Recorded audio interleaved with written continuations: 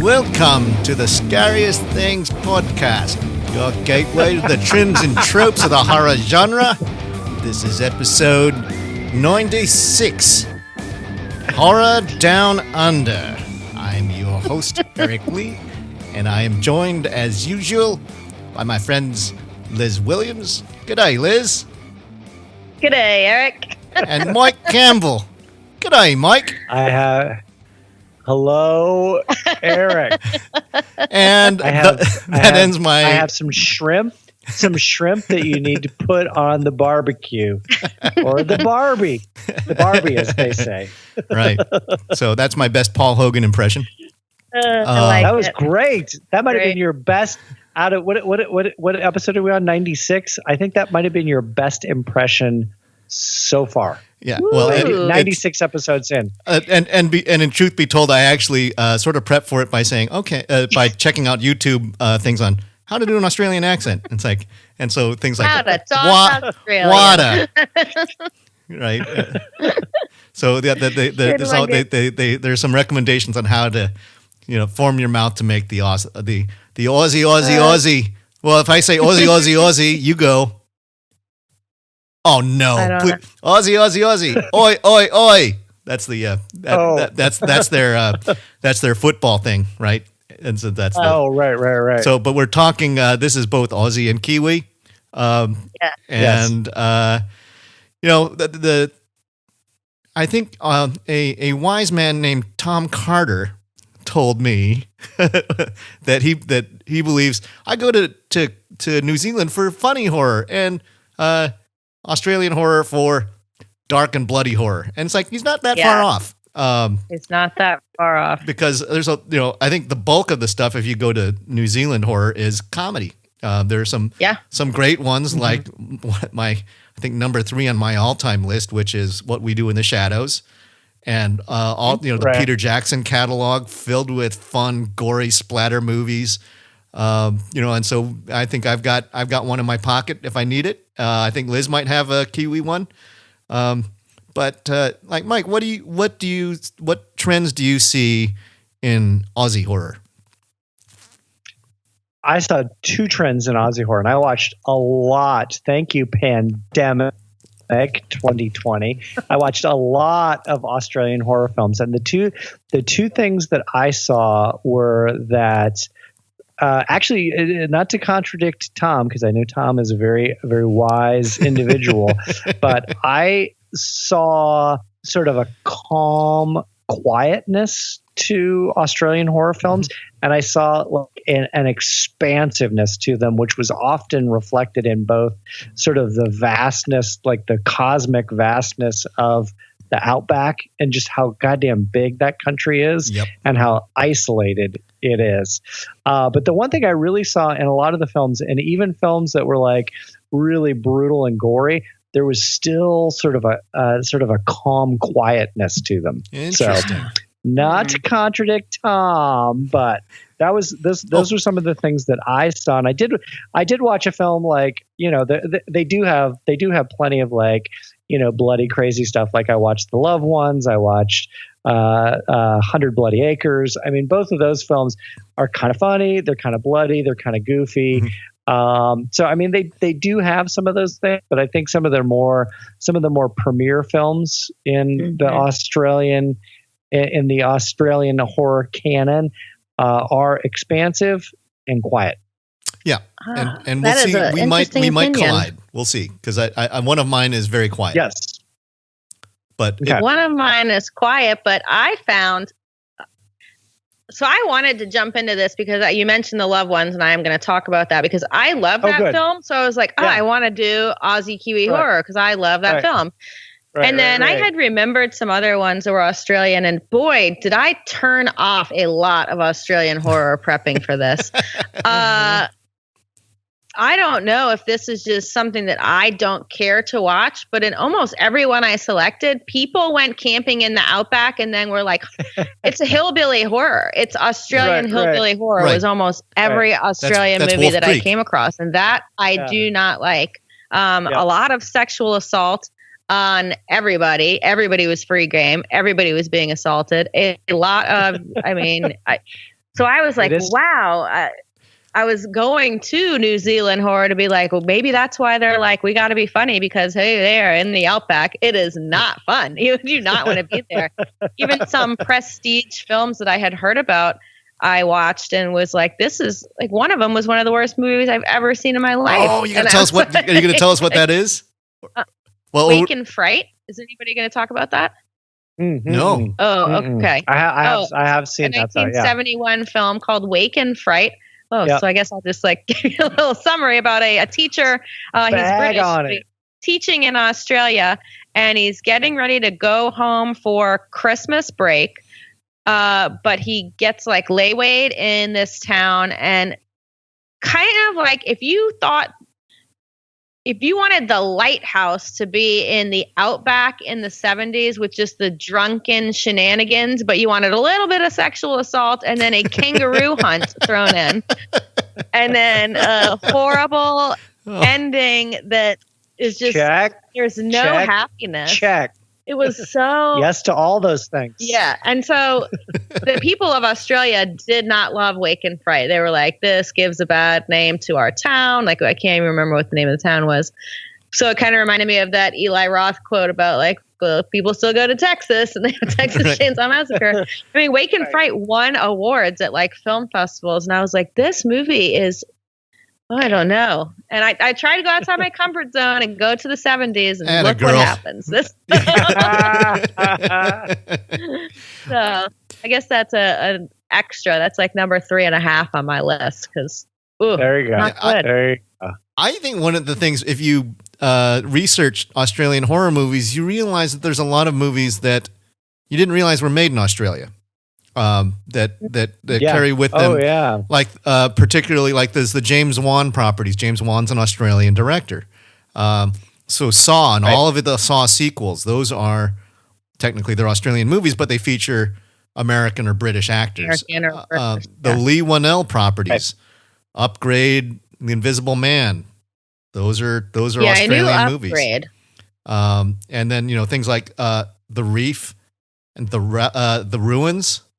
Right. Those are, again, and there's a lot of these kinds of, famously like The Matrix was done down in Sydney. And a lot of big budget movies relative to the seasonal crossover filming during our winter, their summer, and the cost of filmmaking. And they've got a very sophisticated film industry in both now because of Peter Jackson in New Zealand and Australia. And so it's sometimes that you don't realize that it's an Australian movie, but I definitely picked movies that had an Australian flavor with Australian actors and directors and featuring the country as, or that you knew that you weren't in the US, that it was explicit. Right. I didn't pick something that was just made in Australia. Right. To be Australian. Well, and the link between those two things is a 1981 film that Eric, you and I saw,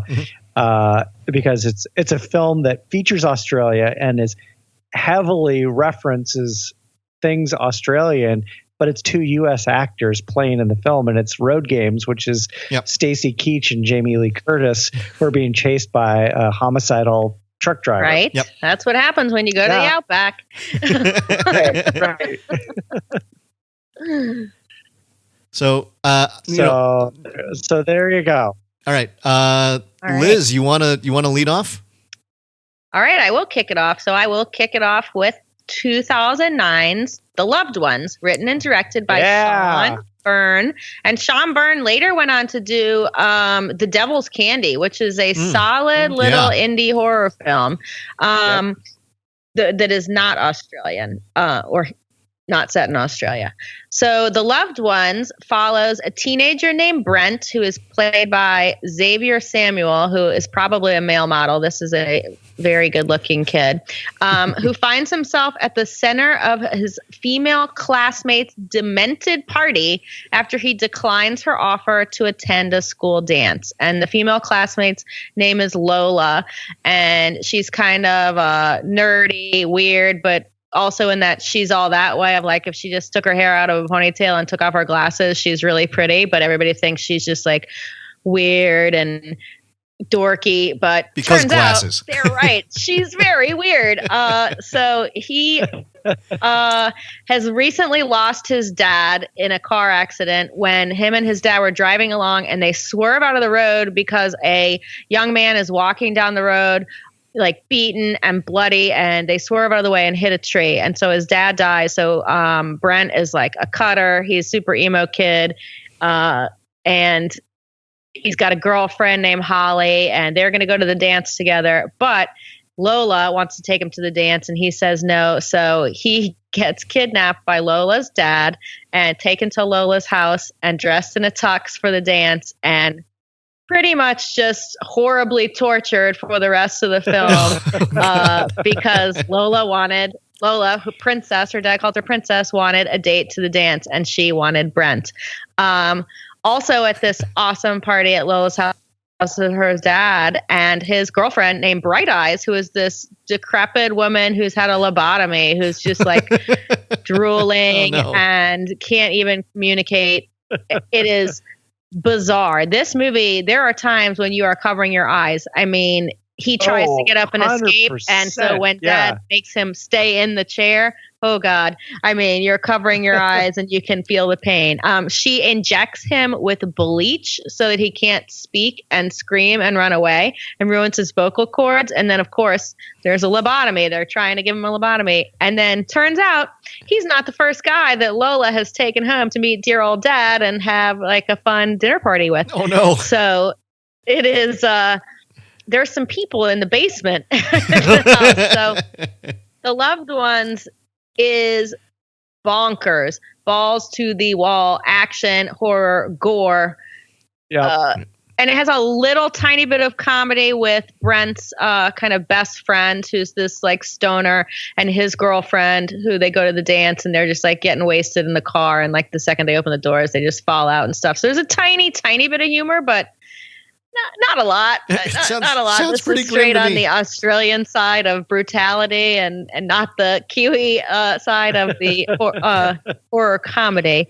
But it's awesome. It is a good film. Yeah. If you have not seen it, I highly recommend. It's for rent on Amazon. Pay the $2.99 or whatever and rent it. It is solid film. You will not regret it. What Lola wants, Lola gets. Yeah, exactly. And it has a great soundtrack too. If you like metal and little punk, and then this one weird song that Lola likes that is like a kind of a Tori Amos, Sarah McLachlan kind of tune that that's her favorite song. It sounds like that there's got to be something playing in the background when there's the torture stuff going on, probably. Oh, for sure. Yeah, for sure. Right. It's a solid film. And Sean Byrne's next one, The Devil's Candy, was also a really good kind of overlooked horror film. So The Loved Ones, 2009. Go see it. Eric, what do you got? All right. Number 3 on your terrible trio list of Australian horror. I'm going with a movie from last year. And it is... So this is Necrotronic. And I wrote a review for this. This is a, to be full disclosure, I watched this movie fully anticipating that this would end up on the worst movies of the year list, because for some stupid reason I decided I wanted to be a completionist for horror movies last year. And so I was going through there and this thing showed a Metacritic rating of 25. I was like, well, this is probably going to chalk up on the worst movies of the year. I'll watch it anyways. And I was wrong. I mean, this is going to be one of those guilty pleasure movies. And my write-up in the scariestthings.com review, I said, this is a throw everything in the stew pot movie. And I described the recipe thusly: 4 pounds of goat loin, satanic cult cursed, 1 cup of diced Ghostbusters, 1 cup of Matrix sauce, Neuromancer brand, 1 tablespoon of Frighteners powder, 1 teaspoon of Iron Man extract, 2 cups of Vegemite, and a bottle of Australian Cabernet. And then stir the Ghostbusters and the Matrix into a mixer and slowly add in the Frighteners powder until a smooth paste. Spread it over the goat loin, core the loin, stuff with Vegemite, overcooked Necrotronic, at 666 degrees for 2 hours in the theater and let rest and eat with your bare hands. So this is... And you've got Necrotronic. That's Necrotronic in a recipe. You'll probably never get that in any other movie reviews, but this thing is such Here's how to make it. This is such a movie sourced from other ideas, clearly taken, but having a ton of fun with it. It's not a good movie, but it is a fun movie. And I think you compare this to a movie like R.I.P.D., which was the Jeff Bridges, Ryan Reynolds movie, which is kind of like this. This movie is so much better, and it's done on the cheap, but it doesn't look it. I think it involves a sewage pumper hero named Howard Ben O'Toole, who is apparently the descendant of a line of demon hunters, and he doesn't know it, having been orphaned as a child. His best mate and co-worker Ragni, a guy named Epine Bob Savea, is a slacker who won't stop playing this Pokemon Go-like augmented reality game that hunts ghosts. Turns out this game is being run by an evil corporation that is channeling energy from the souls of the residents of Sydney straight into a power-mad she-demon named Finnegan, who is played by Monica Bellucci from The Matrix. So plays Persephone, and she is, if you remember that, she was in the Revolution, in the sequels, and she's this vampy, chesty kind of.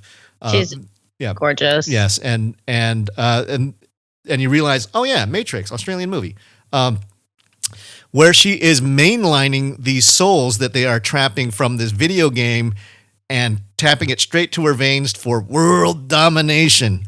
And so Howard and Ragni get attacked by when they're out between pumping sewage from one place to the next, not knowing that they're actually destined for greater things. They get attacked by some zombie minions who sense that Howard is actually a demon hunter, and the two of them get rescued by a trio of hunters, a father and his two daughters, and it is David Wenham, who is Faramir from The Lord of the Rings, another Australian, New Zealand production.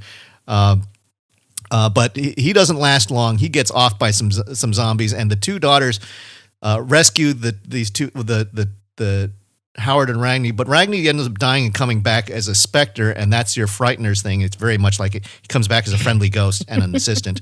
And then they have to go sort of knock out these nodes where the people are playing the video games, and you can see their people just getting their souls sucked out and getting into these power nodes. And then there's like training sequences where he puts on an Iron Man-like suit and gets ready to do demon hunting, and they summon a demon and they blast it apart, and then the summoning goes wrong, and it turns out that the demon queen is actually his mom who summoned demons. It is this wacky movie. It's I shouldn't have liked it, but I did. No tag backs. Your mileage may vary. That's okay. The funny thing is that it's probably got a tiny budget, but this is a movie where the CGI looks good and the sets look good.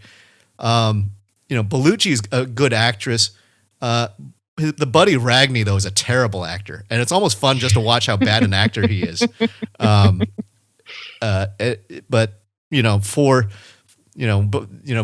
As a counterpoint to the seriousness of Australian films and the silliness of New Zealand films, this is very silly. And it's, this is available on, I think for free on Amazon Prime. And nice. And the director had tried this before, and then someone liked it enough that they got a bigger budget, but consider the thing got a complete shellacking from the critics. I don't know if this is necessarily critic proof, but it is definitely, like, if you think of something like Buckaroo Banzai, right? Something that's just so weird that it catches on. This might get a cult following in some underground circle somewhere. It's because it certainly doesn't take itself seriously, and it is. And I think it runs on the premise of, hey, if you like that movie, we got a little bit of that movie in our movie.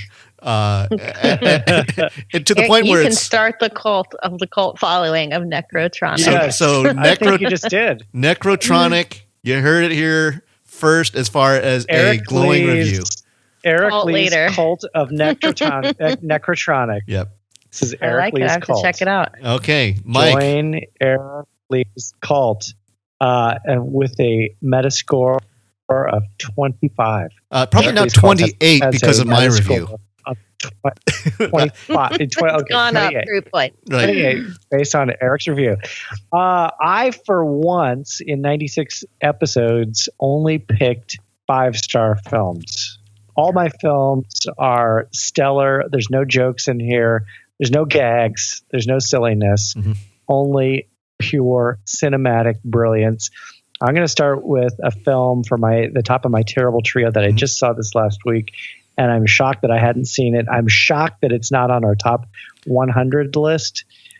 This is a 2008 film called Lake Mungo. I described it as being somewhere right between a documentary, a dramatization of found footage of fictionalized accounting events, and a full-on horror show.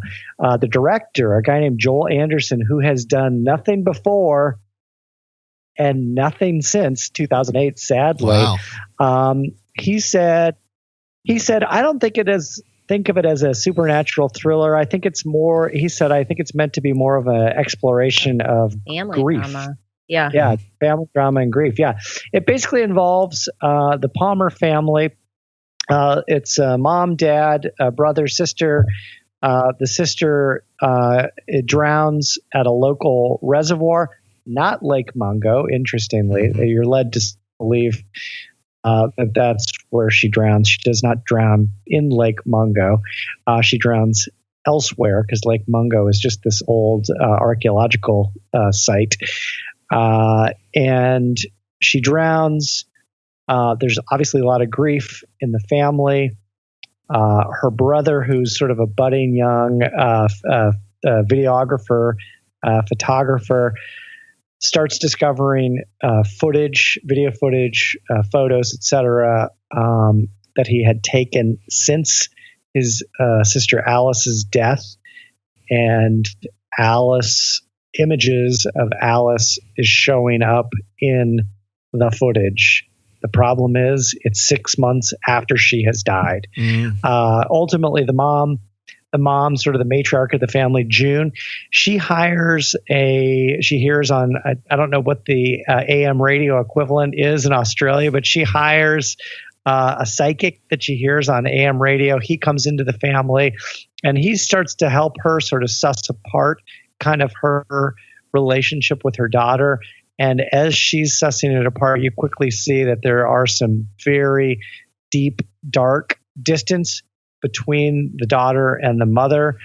And then from there, everything starts to slowly, you peel back all these layers like an onion, and you start to see all these other pieces and parts surrounding Alice. And it's so fascinating. When I was watching it, and in my review, I compared it to like an Errol Morris. If you've ever seen, Thin Blue Line, contemplative, Gates of Heaven, or anything like that. Any of his documentaries, it almost plays like a documentary. It does. But I mean, like a real documentary. Yeah. And to that end, apparently, the director, when he was talking about the film, somebody had asked him about how he wrote the script and what devices he used and this and that, and he said there was no script. It was only sort of an outline of the story, and the actors had to improvise all of their scenes. So there was no dialogue in the film. They had to improvise it all based around kind of these injects that he was throwing at the actors. And so there's this incredible believability to all. As you're hearing these stories, you're like drawn in because it's like real people telling a real story. And it's just an amazing piece of film work. I gave it 5 stars. If I could have given it 6, I would have given it 6 stars, but we had to stop at 5. So it really is that good. It is really good. That movie sounds. So it sounds like this movie moves into your top 25 fairly high. Then when we start repositioning ourselves again. Yeah, Very possibly. Yeah. I might, some Lucio Fulci might get bumped out of there, bumped out of the top 25. What? Cannibal Holocaust? Yeah, no. I know. I think, as a part of my, my horror habits and my horror watching over the last, 2-3 years now, as we've jumped into this, this is one of my biggest regrets not having seen this before. Well, now so you have. I've now seen it. I highly recommend people go see Lake Mungo. That's why we do the podcast. I think gets us into it's it. streaming too. Yeah, it is. Yeah. Might be on Netflix or Prime. It's on one of them because I watched it. I agree. It came out. When did you say it was? 2008? Yep. Mm-hmm. Yeah. And I watched it only probably 6 months ago. And I agree. Yeah. It was so good and so believable that you really are drawn in thinking this is a real documentary. And then you're like, wait, no, this is a horror movie. But it is. It's a quiet horror movie and really more of a family drama. Yep. With very horrific elements. Yeah. Editorial correction. Agreed. Great choice. Kind of like The Lodge. I mean, it sort of has a lot of the same sort of same qualities as The Lodge, although the ending isn't much of a gut punch as The Lodge is, but it plays out kind of in sort of the same sort of quiet contemplative way that the Lodge does. Yeah, Eric said he's correcting us. Oh no! Editorial correction on my part. It's Fulci did not do Cannibal Holocaust. That would have been Zombie. So yeah, before anybody starts writing any letters. Fair enough. All right, let's move on. Back to Liz. Okay. All right. This one is not funny. Not funny at all. It is Australian. It is a downer, but don't worry, I'll lift you back up in my third pick. But this is a good movie. But you have got to be in the mood to just, I don't know, kind of sit there and watch a very hard movie to watch and not have a happy ending and not have anything like that to watch this one. This is 2008's Acolytes. Directed by John Hewitt, starring Joel Edgerton. Really? Okay. And the one sentence plot of this will just show you, it's a bad idea. 3 kids blackmail a serial killer into killing a bully. So if you're blackmailing a serial killer, it's not going to be a good idea. So it's these 3 kids or teenagers, they're probably juniors in high school, Mark, James, and Chesley. And they live in an Australian town. And in this town, the 2 boys, Mark and James, had been relentlessly bullied, sexually assaulted in their youth by this person named Gary Parker. Because this seems to be a trope of Australian movies, or maybe just all the ones that I picked that's happening. So they hate this guy, obviously. And so Mark one day is wandering alone in the forest when he spies a guy burying a body. So the next day, him and his friends decide to go back and dig up or he sees him burying something. So they go back and they try to see what this guy was burying. He thinks he saw him putting a bag in there. So they think, it's going to be treasure or gold or something. Nope, it's a torso. And it has the backpack with a Canadian flag on it. So it's this missing Canadian backpacker. So now they know that this guy who he saw is a killer. So they're going to follow him and find him and fuck with him pretty much. Cause what else are teenagers going to do than find a murderer and just, decide to screw with them. They are invincible and really, really stupid. So they do find him and they call him and say, we're going to report you to the police, this and that, unless you kill this bully for us. So then it's kind of almost a cat and mouse. The killer is like, okay, I'm going to do it.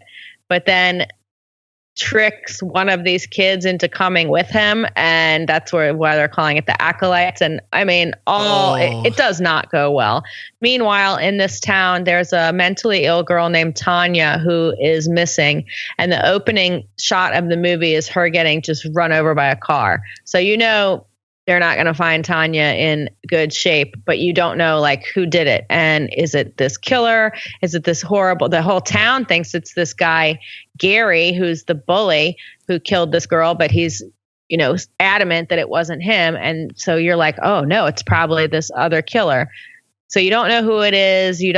Something's wrong with these kids because they're obviously completely messed up from being abused in their childhood. This is not fun at all, but it is very good. The acting's very good. The story plays out in a big, oh shit kind of moment at the end when you realize like everything that's happened. But oh man, it's a rough one to watch. Okay.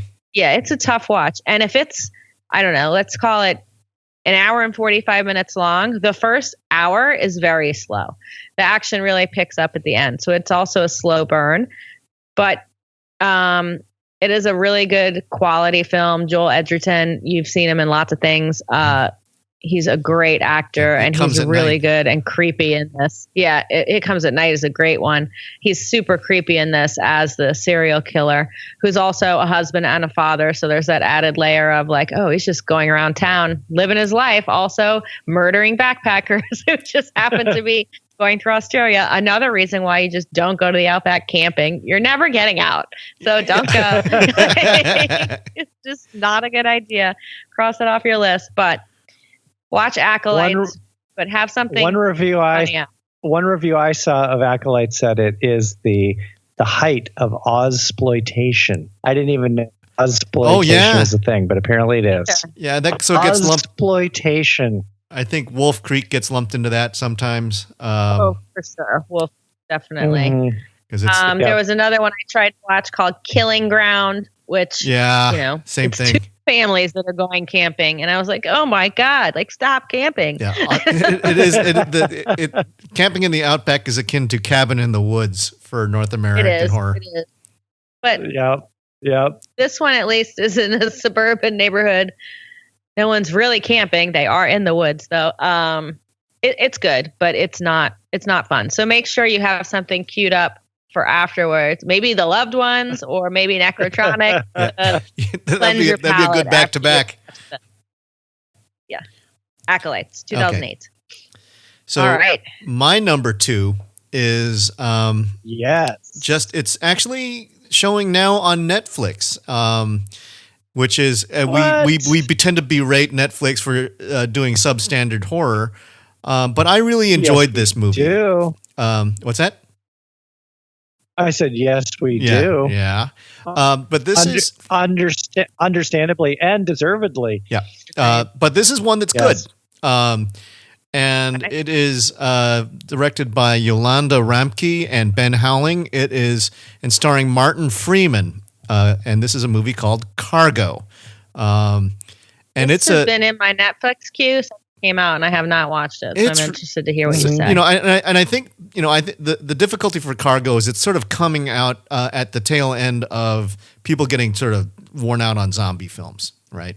Right. But this really succeeds at my number one rule. Do you care about the protagonist?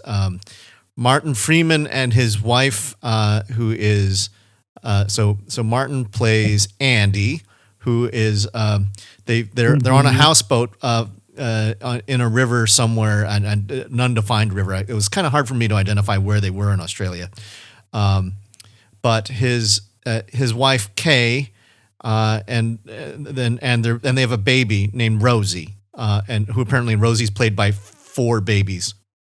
Who look remarkably the same,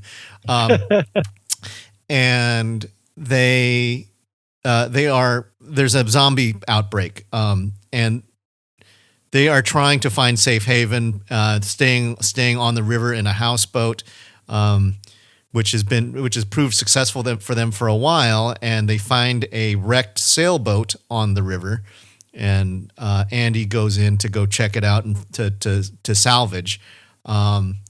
And he finds a number of some canned food, which is gold right now for these folks, that they're running out of food, and that they were fearing that they were going to have to trek overland to get to a hospital or to get to a military base where there'd be safety. And so he returns with a bunch of food from the boat, and when he decides to go for a nap after the resting from his adventure on the boat, Kay decides to go to the boat, and she encounters there's a zombie in the hold that he didn't see the first time, and she gets bitten. Classic Romero type, zombie spreading plague. And so that they eventually realize that they're going to have to try and hoof it to safety by land and put the baby on the backpack. Eventually, Kay she succumbs to zombie infection. Are they fast zombies? They're not particularly fast. They're not abnormally fast or they're more shufflers than sprinters. It's a new genre of zombie. It's sort of the middle zombie. Yeah, I'd say it's more Romero-like, and that they power walking zombies. Okay. Yeah, power walking. That's right. You can catch them in a mall doing laps. Exactly. Yeah.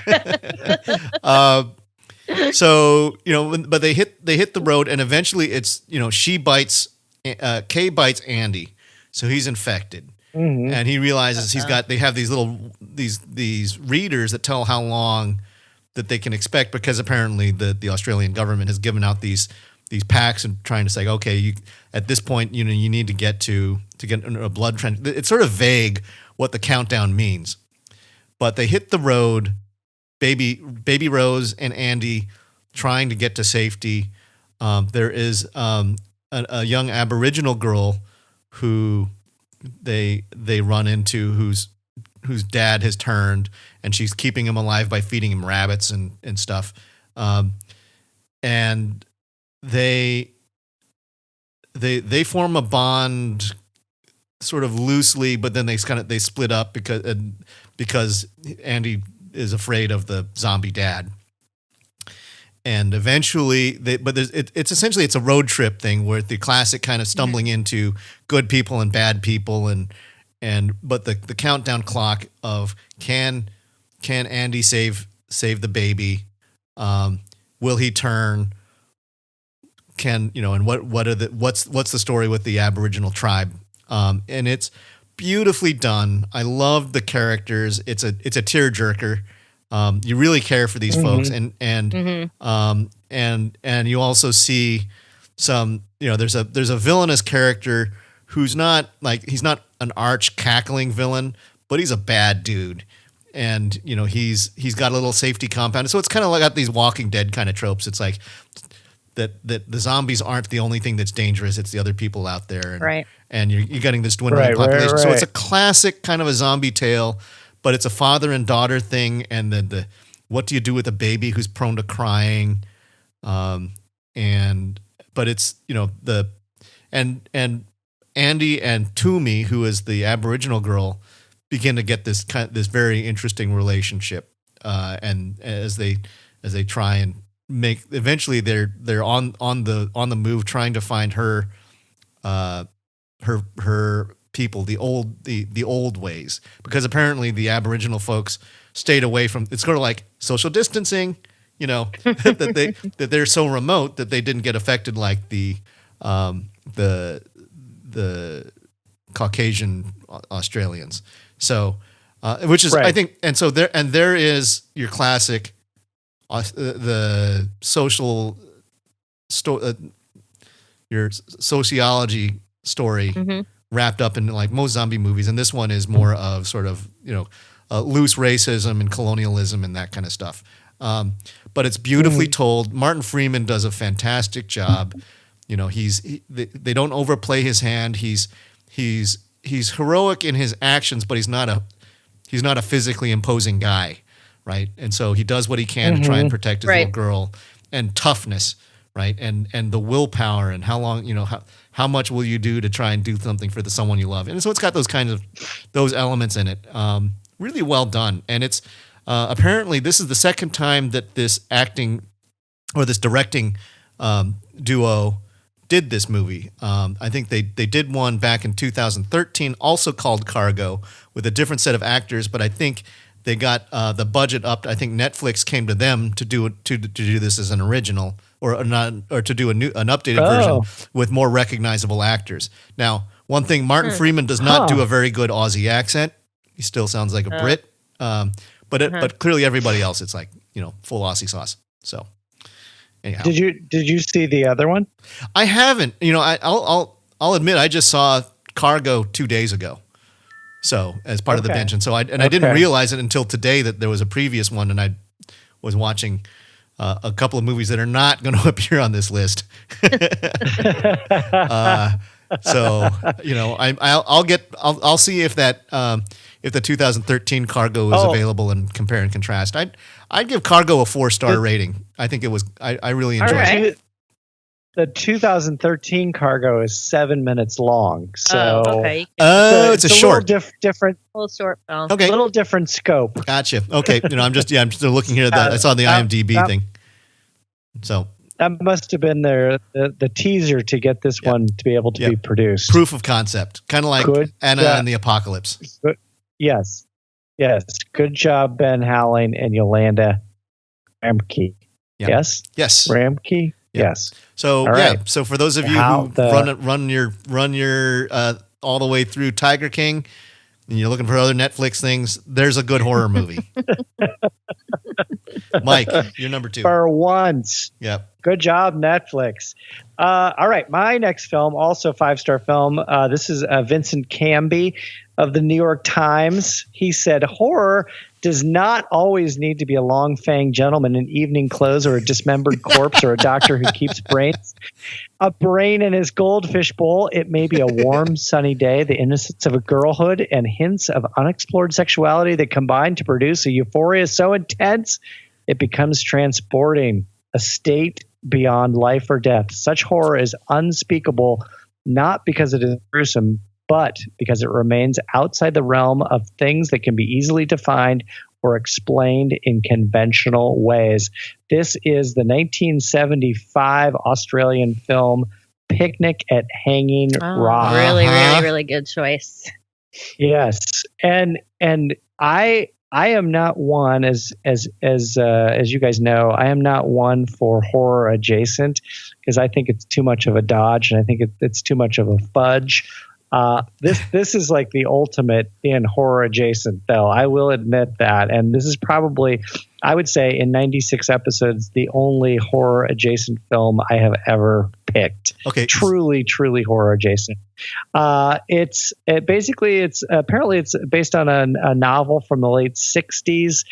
This, of course, was directed, Picnic at Hanging Rock was directed by Peter Weir, who, I don't know, he did a couple films like Gallipoli and Witness and Dead Poets Society and Master and Commander, so whatever. Who's this guy?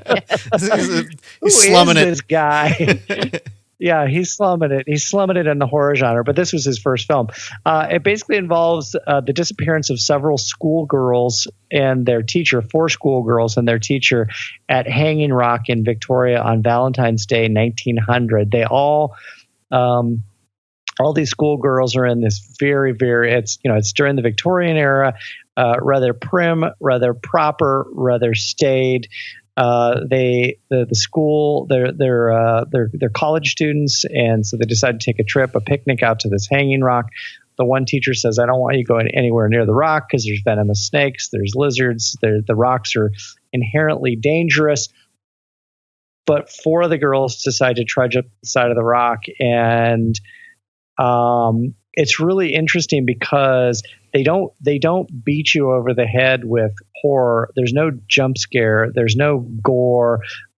There's some slightly strange music that occurs, but then all the girls sort of fall into a really, really sort of peculiar trance, and then they just disappear. One of the 4 girls, she eventually reappears, but she can't remember a thing about any of it. One of the local town's boys, who's obsessed with one of the girls, he starts to have dreams about this. He doesn't know why. He becomes obsessed with it, and he convinces one of the other kids from the community to go out to the rock and investigate. And he also has kind of this like falls into this strange trance and this strange dreamlike state, none of which is ever really explained. It's very vague. It's very opaque. And in fact, to the point where Peter Weir wanted the whole thing to be this like kind of like look like an impressionist painting, and so he and the director of photography actually went through the process of draping like different kinds of cloth and veils over the camera lens to give it kind of this weird, gauzy, sort of ethereal, kind of impressionist kind of look to it. Yeah, so even that is really interesting. And of course, the great thing about the film is that the soundtrack is provided by Zamfir of the Pan Flute, Zamfir of Pan Flute fame. Available on KTEL. He does the whole soundtrack. Yeah. Yes, available on KTEL. Zamfir and the Pan Flute. It really is one heck of an amazing piece of cinematography. And this was really what a lot of film critics now credit as sort of the new, I didn't know this, but apparently there was a new wave of Australian cinema. And much like, Godard in the 50s with the new wave of French cinema, this was one of the films that's largely credited for kicking off the Australian new wave of cinema. I also highly recommend it is super slow, and there is no like big gotcha ending. If you're looking for that kind of a film, stay away from this. But if you're willing to invest an hour and 20 minutes and look at a very lovely impressionist painting unfold before your eyes, this is that film. 1970. What's 1975. 75, yes, 1975. Picnic at Hanging Rock, directed by Peter Weir. Nice. What do you got? What do you got for your number one? All right. This is the result of being quarantined, and also the result of watching a lot of really, really depressing and brutal Australian horror. I had to hop over to New Zealand to get some comedy.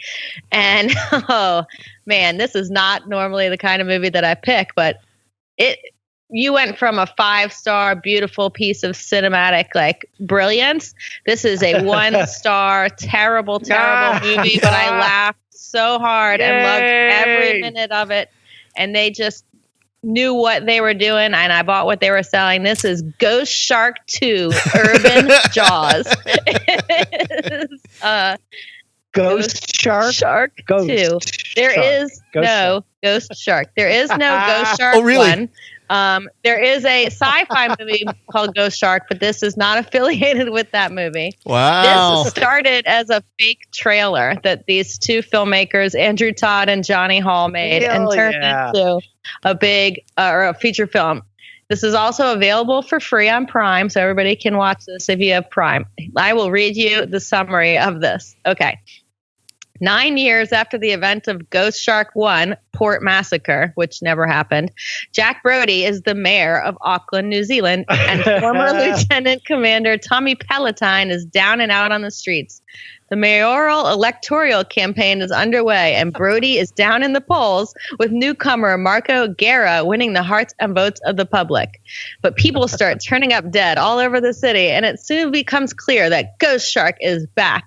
Desperate not to repeat mistakes from his former life, Brodie calls in expert ghost shark hunter Tom Logan to defeat the undead beast once again for all, but Logan carries with him demons of his own. Okay, so you're kind of just dumped in the middle, buying that Ghost Shark has happened already. Shark! Ghost Shark, I'm going to lay down the gauntlet right here, right now. Ghost Shark has the best tagline of all time. You're gonna have to. Okay, so we're gonna have to use that for the closing tagline. I did read it. Do you want? No. Save it, Mike. Save it for the. Oh no! Let's just set it. God damn. God damn. Okay. That's the tagline. You're just thrown in the middle of this. And Ghost Shark. Here's what you need to know about Ghost Shark. Ghost Shark doesn't swim in just water. Ghost shark can come through any form of water, such as ice or steam or liquid water. So in this film, people die from eating ice pops, steam coming out of their iron, lube, and the best one, a pot of soup. The ghost shark comes out of a pot of soup. It's so funny. So I don't know what happened here. I think it's like cross between Birdemic or The Room or one of these like legendary terrible movies. But there is just, I mean, it's filmed in New Zealand. The main people are not New Zealanders, but all the like extras and other characters are. In the mayor's office, they have like a wall of diplomas, and his degree is from the University of West Florida. Like, I never would watch this kind of movie, but man, I needed to laugh, and I was like, you know what? It's an hour and 10 minutes long. I'm watching Ghost Shark, and I was cracking up and laughing out loud. So this is the cure for quarantine blues. Watch Ghost Shark 2 Urban Jaws. Nice. Prepare to watching it. I am watching it tonight. The boys can watch with you. There is nothing in it that they can't handle. Yeah. Heck yeah. Ghost Shark 2. Oh wait, there is like small nudity. But okay. Not really. Yeah. You don't see anything. It's all part of life. Growing up. It's all part of life. That's right. Boys, you're going to learn a little bit here. Urban Jaws. You will laugh out loud. I promise. Let's see, Eric. Let's see if you can best Ghost Shark 2 Urban Jaws. I just might. Now I'm shuffling my deck a little bit here. I'm hoping, and if you don't bring it up, have Ghost Shark 2? No, I know. This is I found Ghost Shark 1. You just missed it. No, this is a New Zealand horror comedy, and originally I was going to go because there are some great ones out there, right? There you have What We Do in the Shadows. You have Deathgasm. You've got the Dead Alive. All those Peter Jackson movies. You got The Frighteners. They like their silly. And this was something that was sent, and I almost went with, and another one that I really love, but I know that I also I'll pitch it here because I've also talked about this on our favorite horror comedies, was Black Sheep, which I think was fantastic. But this is one that I haven't had a chance to talk about because it really hasn't been available until fairly recently. But it did show up on our Thingy Awards. Can you guess what it is?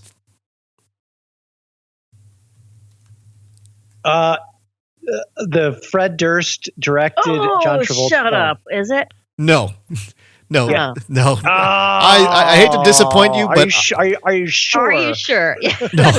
I'm going with Killer Sofa.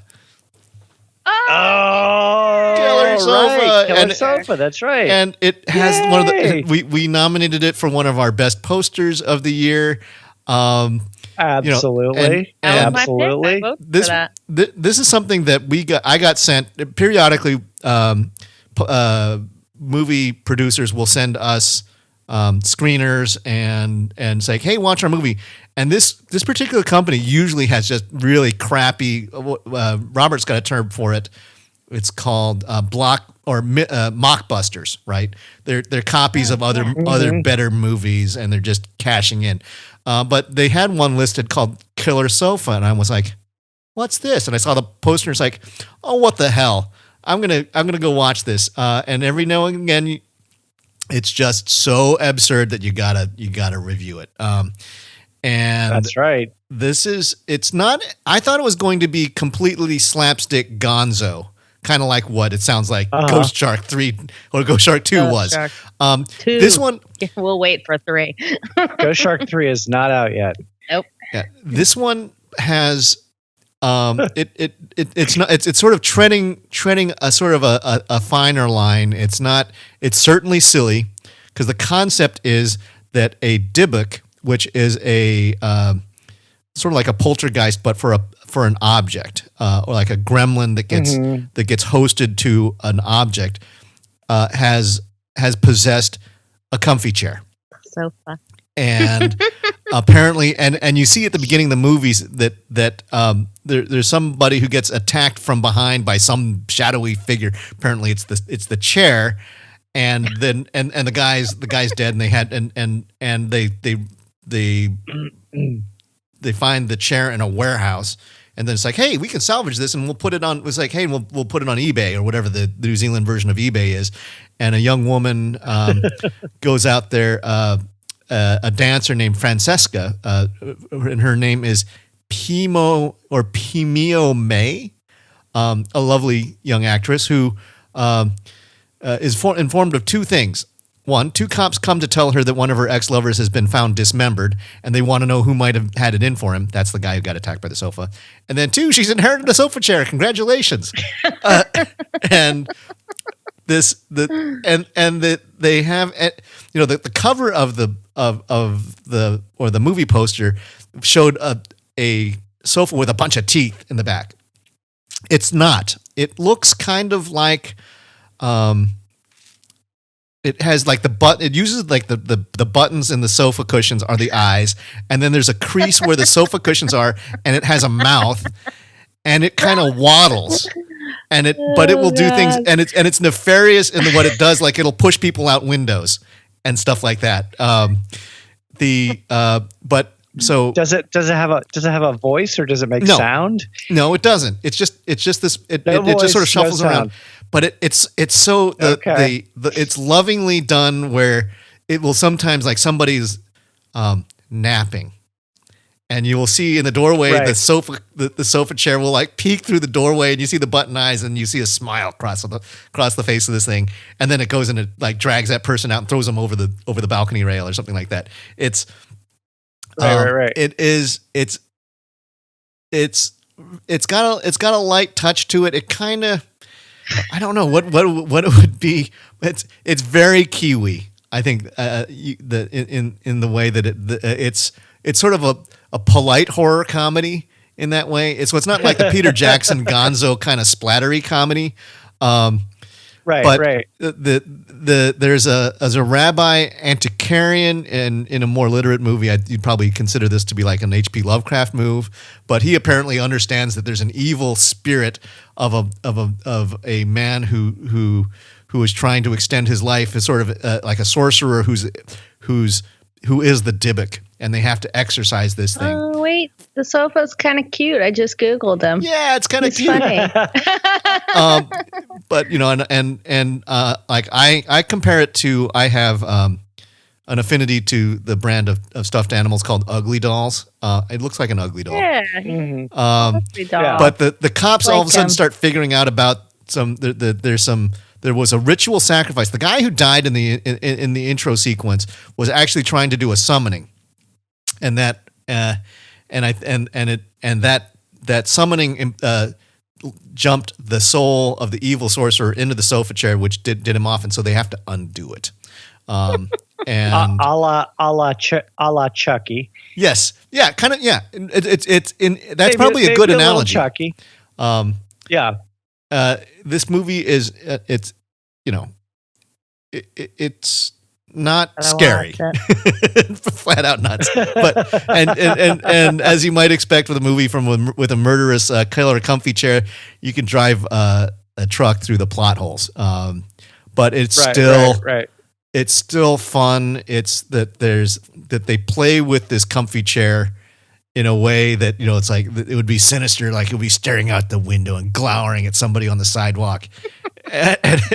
and there is some really gory bits to it too. I mean, it is certainly a horror movie. There's some disemboweling and there's some dismembering, but it comes courtesy of cute comfy chair. So I gotta watch that.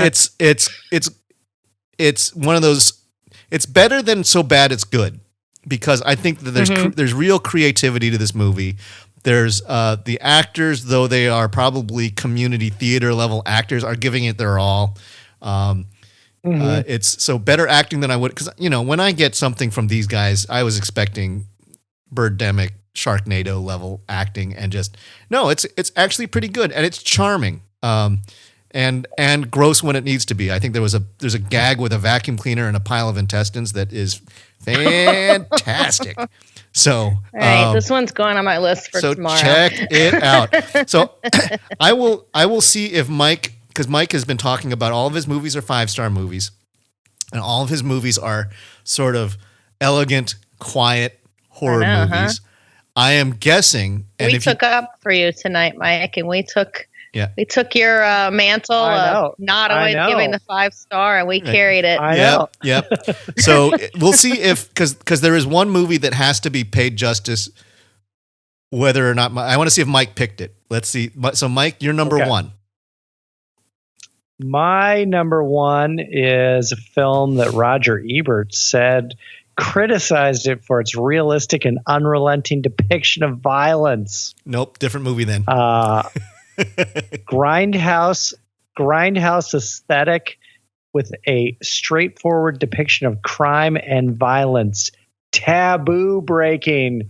You guys were getting too cute. You were getting too happy. You were having too much fun. My final film of the night is Wolf Creek. There it is. Okay. I think this, Wolf Creek. This was another one I hadn't seen up until about a year or so ago, even though it came out originally in 2005. Mm-hmm. I stayed away from it because I lumped it into the wrong turn category, and it is not a wrong turn film. It is actually a very, very well done film. I described it as, the concept of something, such a horrible thing happening to, a bunch of well-meaning travelers is horrifying and grotesque in and of itself.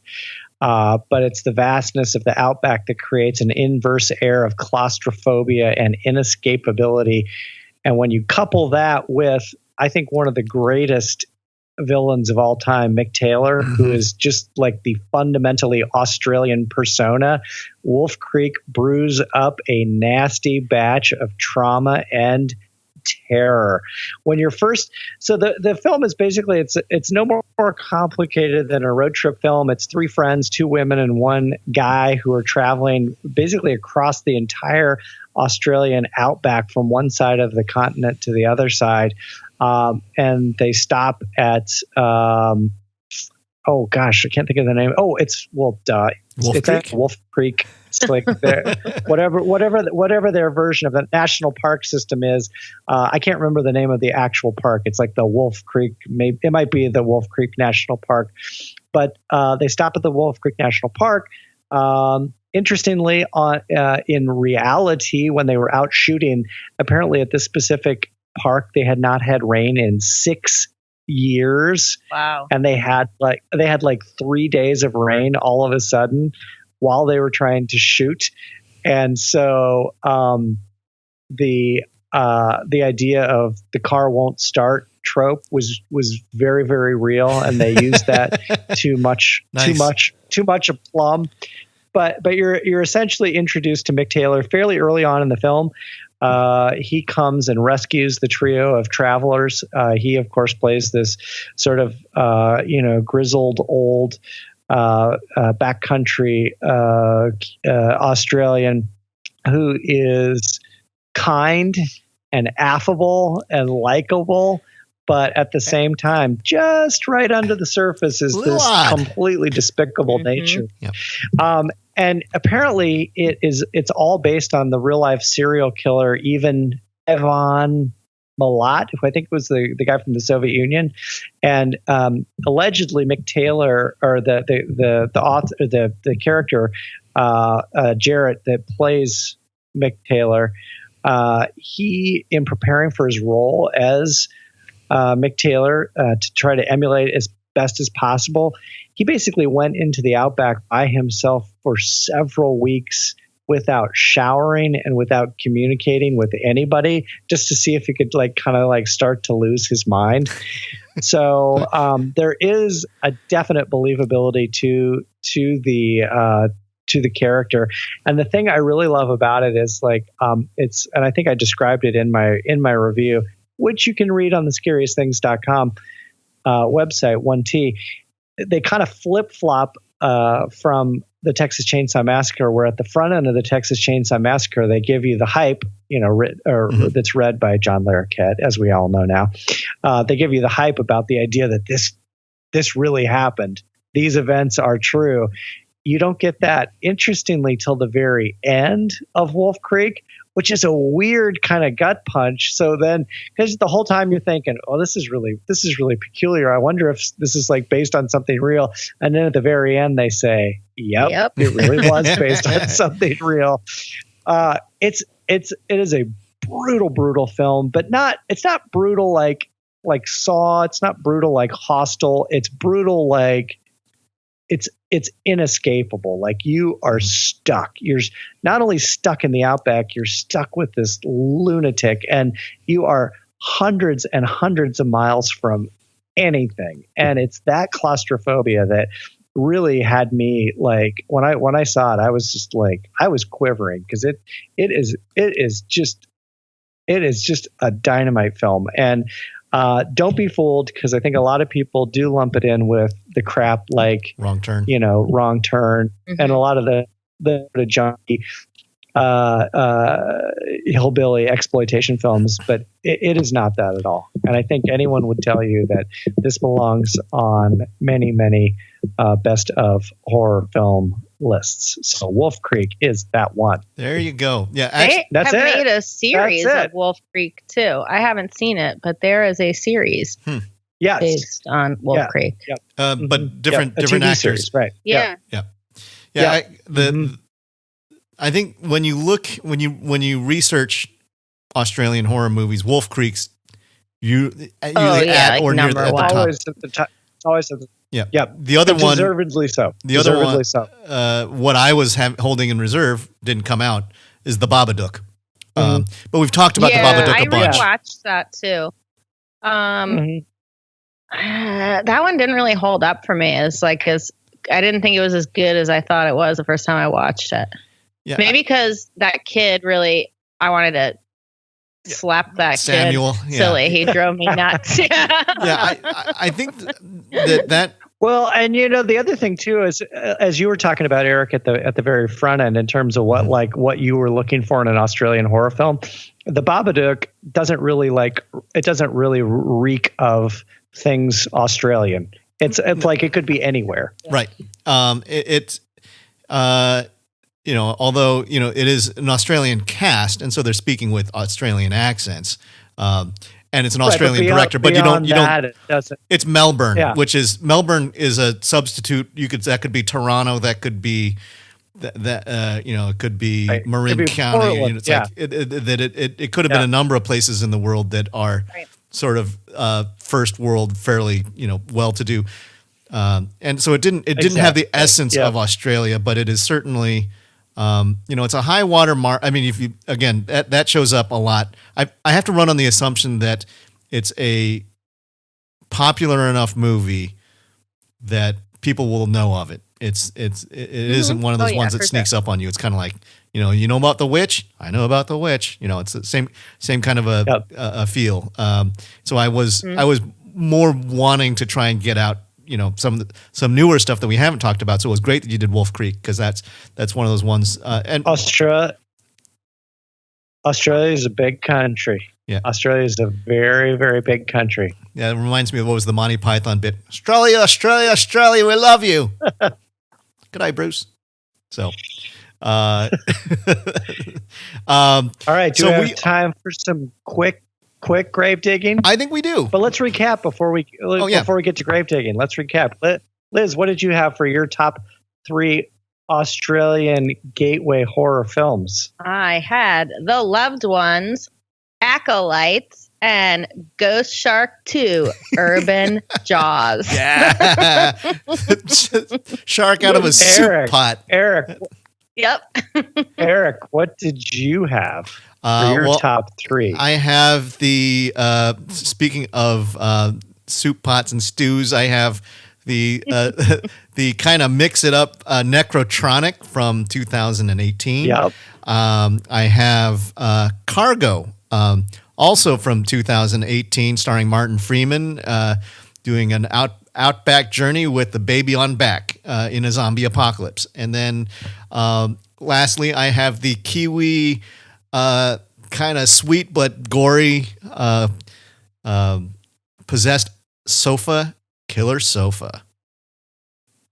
All right. And Mike? And I, for once, am the only person who actually took the assignment seriously for the first time ever. I had, of course, 2008's Lake Mongo. Don't be fooled by the title. 1975's Picnic at Hanging Rock, and 2005's Wolf Creek. Yeah. All great films. Yeah, those are all 5-star films. Movies that will last. Oh, yeah, for sure. Yep. All right. Let's grave get to digging. some grave digging What do you got, very Mike? quickly. Liz, me? You want me to go?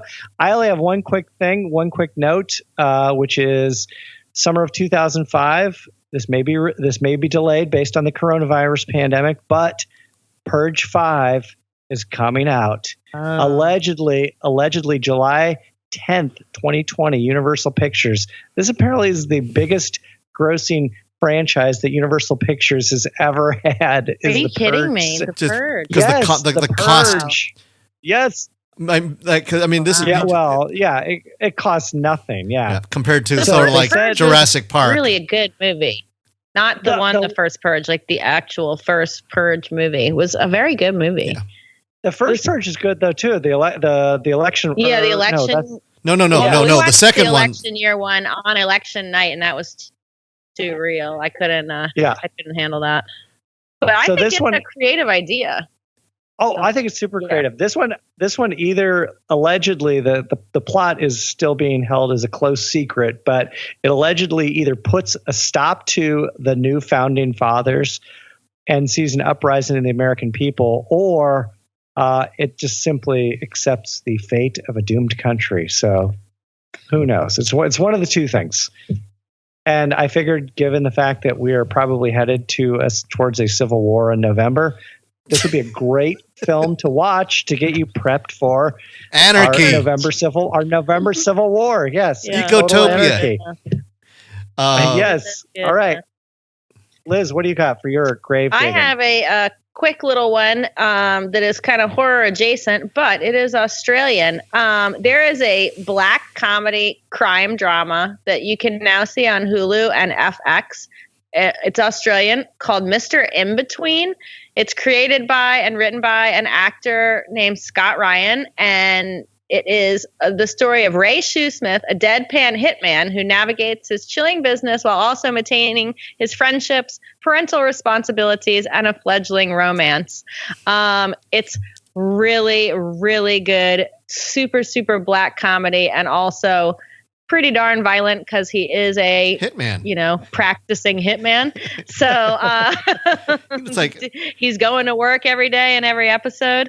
And it's really good. And I thought it was a good one to put with our Aussie Kiwi horror. Also, the episodes are only like 20 minutes long. So season 2 just, I guess, premiered on FX. So both seasons are available to stream on Hulu or on FX. Okay. Mr. In-Between. Recommend it. All right, Eric, what do you got? Well, in this time when we are all doing our social quarantining and distance keeping, something that to keep community together of people who like to do things like I like to do, which is play board games, gets a bit difficult when you can't do it face to face, but there is a tabletop simulator on Steam, and the application right now is on sale for $10, but they have a bunch of almost any board game that you can name. They have a workshop where they're free on the workshop, including a bunch of great horror-themed board games. They have Betrayal at House on the Hill, which is Survive the Night in a Haunted House. There's The Fury of Dracula, which is an asymmetric globe-trotting game of vampire hunters versus Dracula, which is a lot of fun. One of my personal favorites, Who Goes There, which is the Thing, essentially, in a board game form, a semi-cooperative game with a possible traitor, a.k.a. one of you is the Thing. and is going to try and infect everybody else. There's a game called Nemesis, which is essentially Alien, which is fantastic, which is another semi-cooperative game with a possible traitor like Ash from Alien. It plays out incredibly well. The production value is fantastic on that. Another one, which is called Dead of Winter, which think Walking Dead, which is you're surviving in a compound trying to keep the zombie bays at horde and finish out with enough food and survivors. Again, possible traitor. There's a theme in horror games where it's like you work together, except for one of you may be working against the cause. Cool. Eric, the video game, or the game that you didn't mention. What's that? There's a new video game coming out, Cannibal Holocaust. I did video game. Oh no! We'll get that for you, Eric. We'll make sure you're first make on a the list. trip down to the Amazon. Don't get eaten, and just get a steak rammed through your ass, out through your mouth. That's great. Yes. Let's see. So the other ones coming out very soon. Yeah. Arkham Horror also on this tabletop game. Mansions of Madness, great H.P. Lovecraft role-playing game. Horrified, which is a universal monster hunting game, and Time Stories, which is like a movie in a box. And you play things out like a movie. And what it does is it simulates actual playing a board game where you actually flip your cards over, you roll the dice, you move the pieces around, and they're very real. It feels like you're actually playing it.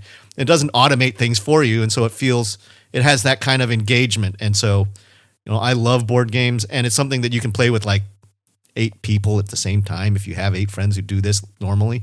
So anyhow, something fun to do. Tabletop simulator on Steam.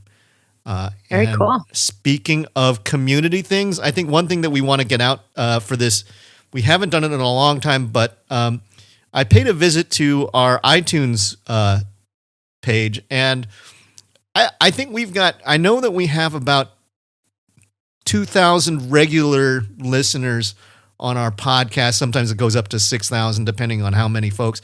And the total number of likes we have is 15. So, oh man, come on, everybody! Give us some iTunes reviews. So you can do better. So you can do better than that. iTunes. Yeah, I mean, just amongst if I can get my mom to listen, I'd have her do it. But it's one of those things where in order to get us to the front page of some of these things, whether you're listening to it on Stitcher or Castbox or Google Play, however you're listening to it, we'd really appreciate and we know that this is every podcast does this, but right now we know we've got a much bigger listening audience than we have likes, so we'd appreciate that, really do. Or reviews on iTunes. Yeah, absolutely. Click those stars. It's easy. Yep. Just slide those stars right across.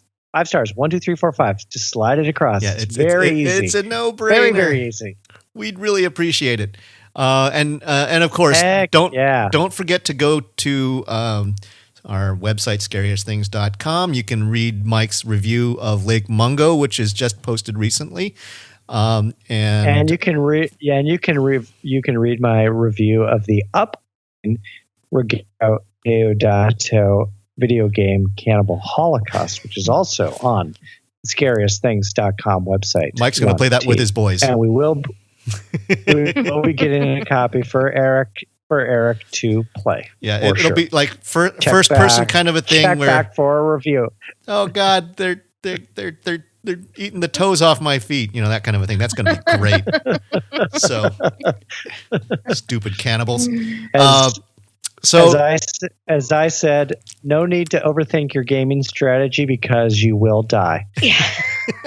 You're not going to live. Doesn't matter how you play. Oh Lord, you will die. So that wraps it up. All right, for Eric. Take us out with an Aussie inspired and an Aussie accent tagline. Well, let's see. I do have. Okay, I'm trying to pick. This is the tagline from Cargo. He is our only hope and greatest threat. That's what I got. Pretty good. Pretty damn good. Not bad. Not bad. Bye, everybody. Damn, that was good. Thanks for listening. Check you out later.